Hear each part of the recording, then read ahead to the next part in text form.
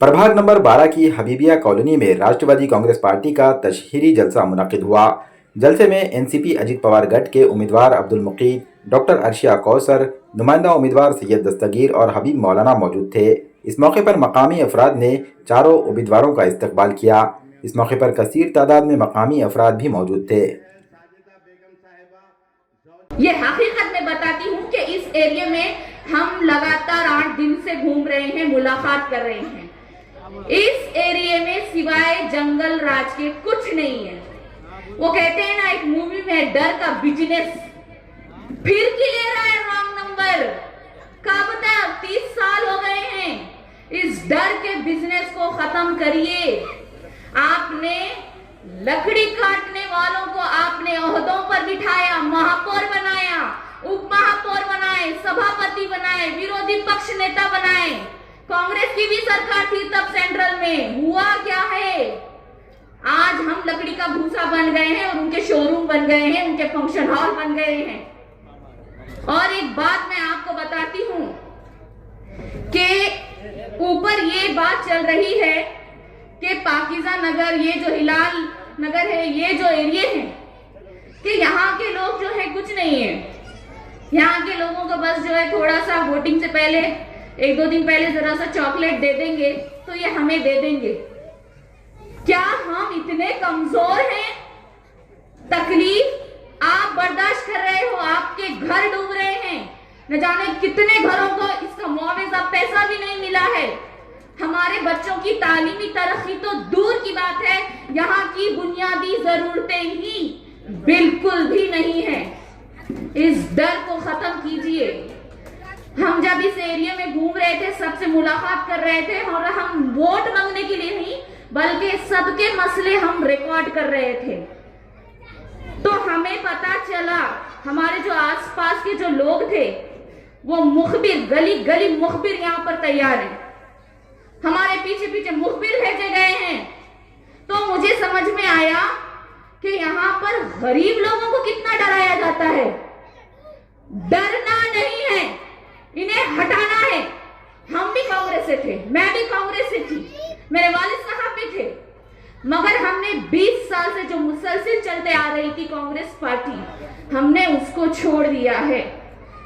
वजह है क्योंकि कांग्रेस पार्टी की नांदेड़ की जो जिम्मेदारी है एक ऐसे इंसान को दी गई जिन्होंने खुद के वार्ड में ही जो है बदहालात पैदा कर दिए हैं। वो खुद तो लोगों की तरक्की बिल्कुल भी नहीं करेंगे मगर दूसरों को भी नहीं करने देंगे।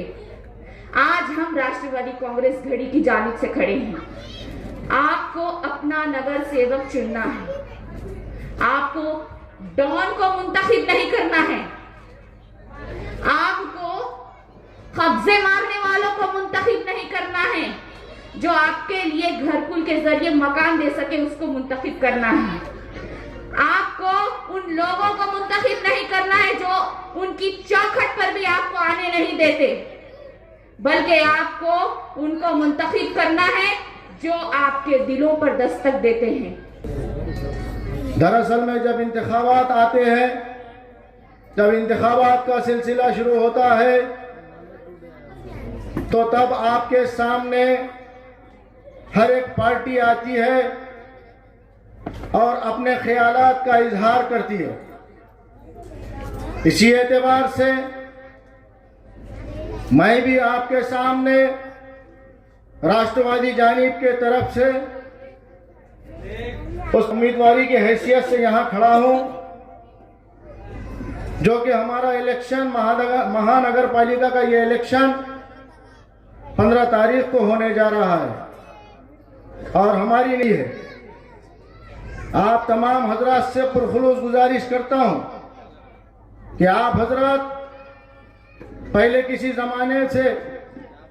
ज़माने माजी से बल्कि 40 सालों से आपने कांग्रेस को मजबूत किया और मैं भी आपसे दरख्वास्त करता हूं कि ये नई पार्टी जो आपके सामने घड़ी की शक्ल में आई है, मैं यही चाहता हूं कि आप इस घड़ी को ज़्यादा से ज़्यादा लीड देकर कामयाब कीजिए। और सूरत देख के हमारे पास देखो एकदम शरीफुन नफ्स लेडी, हमारे डॉक्टर, हमारी बहन डॉक्टर अर्शिया कौसर साहिबा, उसके बाद में हमारे भाभी खमरुन्निसा बेगम, उसके बाद हमारे बशीर पठान के भाई हमारे भाभी जान। देखिए आप उनके चेहरे देखिए, आप उनको देखिए, वो कौन से लोग हैं। उनको पूछिए पहले कि आपके कारोबार क्या क्या है। मेरे भाई आप समझदार है, आप समझ रहे हैं। तो अजीज दोस्तों, मुझे किसी के ऊपर ब्लेम करना नहीं है, लेकिन मैं आपको इसलिए कह रहा हूं कि मैं क्यों खड़ा रहा, वो इसी वजह से खड़ा हूं कि भाई हमारे कोई माए बहनें रास्ते से जा रहे तो उनको कोई तहफ़्फ़ुज़ नहीं, कोई बच्चों के लिए स्कूल नहीं, कोई रास्ते पर बराबर रास्ता नहीं।